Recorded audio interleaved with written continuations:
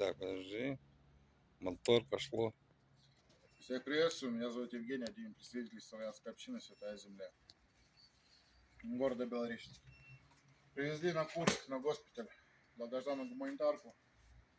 Очень много вещей, продукты, теплые носочки, шампуни, мыло, средства гигиены, продукты питания. Самое, что необходимо, мы привезли воду.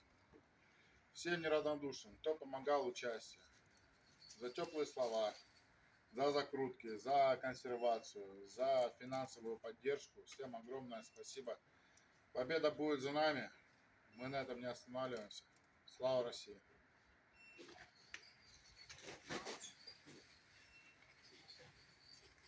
Ты посмотри, какие яблоки мы привезли. А? Ребятам витамины будут.